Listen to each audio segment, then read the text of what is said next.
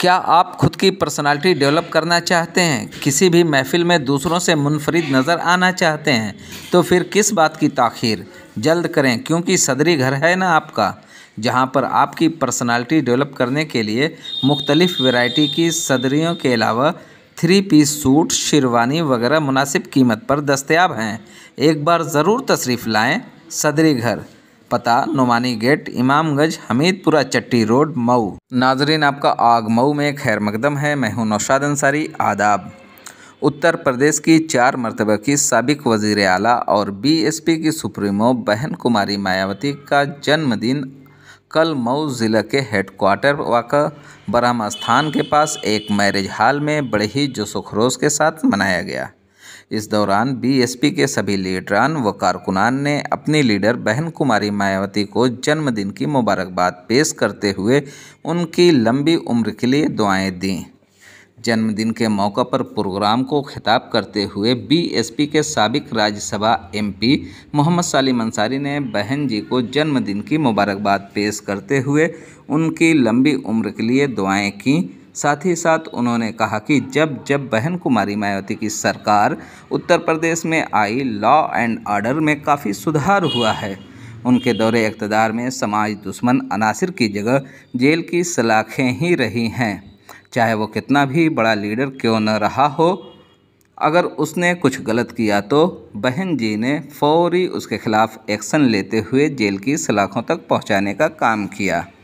उन्होंने दबे कुचले, पसमादा और अक़लियतों की फलाह बहबूद के लिए बहुत सारी स्कीमें नाफिज की, जिसका फ़ायदा आज भी लोगों को मिल रहा है।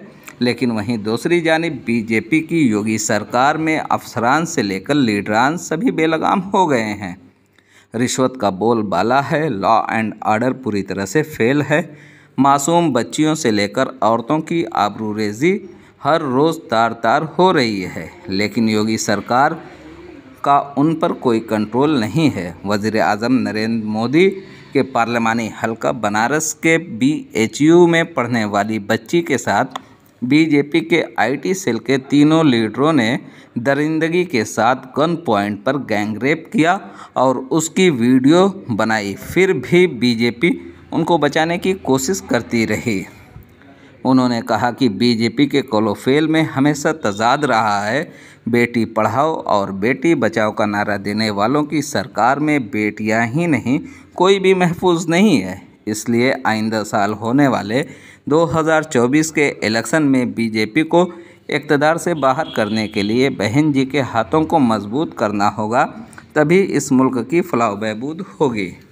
आइए नाज़रीन, हम आपको पूरी तफसीलात दिखाते हैं और सुनाते हैं क्या कहते हैं बीएसपी के लीडरान। आग न्यूज़ के लिए मऊ से ब्यूरो रिपोर्ट। ये पूरे देश में बहुजन समाज पार्टी माननीय बहन जी के जन्म दिवस 68वें जन्म दिवस के अवसर पे, जो माननीय बहन जी बहुजन समाज पार्टी की राष्ट्रीय उत्तर प्रदेश की 4 बार यशस्वी मुख्यमंत्री, राज्यसभा सांसद, लोकसभा सांसद रही, उनका आज जन्म दिवस जन कल्याणकारी दिवस के रूप में 68वां जन्म दिवस आज पर्व के रूप में मनाया जा रहा है। इस मऊ जिले में, हर जिले में, उत्तर प्रदेश के पूरे देश के जिले में कार्यक्रम हो रहे हैं। लोकसभा 24 की क्या तैयारियां हैं? कभी इस पक्ष कभी उस पक्ष की आप बातें कर रहे हैं, किस पक्ष में जाएंगे आप? माननीय बहन जी ने, आज आप लोगों ने टीवी में न्यूज देखी होगी, माननीय बहन जी ने दहाड़ के कहा है कि हम लोकसभा का चुनाव अकेले लड़ेंगे और अकेले दम पे सरकार बनाएंगे देश में। विधानसभा 2022 में भी आपने अकेले दम की बात कही थी। बिल्कुल, पत्ता पूरा खाली गया। ये समय है जो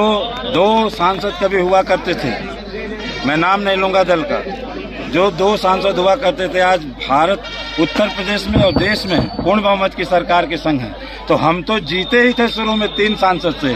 जब 2 सांसद वाले देश में सरकार प्रधानमंत्री बना सकते हैं, तो हम 3 सांसद वाले हम इस देश में बहन जी को PM बनाएंगे। आज बहुजन समाज पार्टी के तत्वाधान में बहन कुमारी मायावती जी के 68वें जन्म दिवस के अवसर पर जन कल्याणकारी दिवस समारोह के रूप में मनाया गया था, जिसमें तमाम बड़े संख्या में हमारे साथी जो कार्यकर्ता पदाधिकारी हैं सब आए थे। और आज हम लोगों ने संकल्पित हुआ कि आने वाले 24 में बहन कुमारी मायावती जी को उत्तर प्रदेश से नहीं, देश का प्रधानमंत्री बना के ही हम लोग दम लेंगे।